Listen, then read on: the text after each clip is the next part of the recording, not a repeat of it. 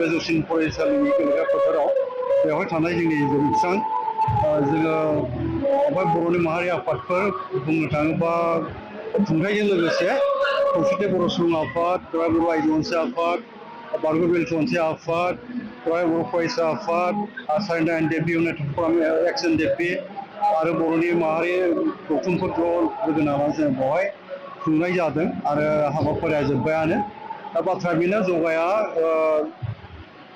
सुबुं माहारिनि जिउआव बा जोंनि सानफ्रोमबो थांनानै थानायनि जिउआवहाय बेसेबां गोनां बे बाथ्राफोरखौ जोङो मोनथियोब्लाबो खामानि मावनो रोङाखै। ओमफ्राय दिनैनि जगा साननि गेजेरजों दुलाराय मुलुगनि सुबुंफोर बा जोंनि बर' माहारियारि जेसेबां आफादफोर दङ आरो जेसेबां सुबुंफोर दं आं बेखौनो बुंनो लुबैगोन।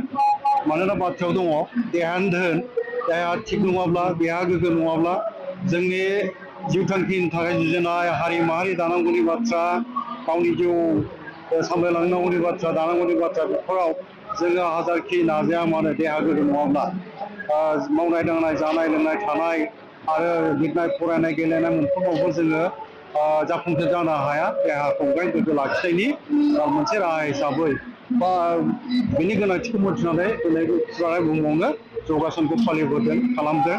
बाथ्रा बेल' जगा साननि मुङाव 21 जुनावल' ओंखारनानै जगा खालामबानो जोङो बेसेनखौ मोननो हानाय नङा। जोङो गोदान मोनसे सदबांसा लानांगोन बा जोङो थिरांथा लानांगोन।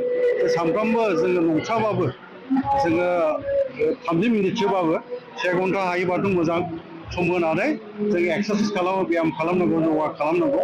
बेखौ आं फोरमायनो लुबैयो, बुंनो लुबैयो, हांख्रायनो लुबैयो आरो आंहा मिजिं दं जोंनि मानसिफ्रा दिनैनि समावहाय थानाय जानाय जेरावबो आरो जोंनि बुंनो थाङोबा बारहावानि जि मोनसे उखुन्दैफोर हाद्रिफोरजों गुबुंले जानो हमबाय, माने पलिउसन जानो हमबाय।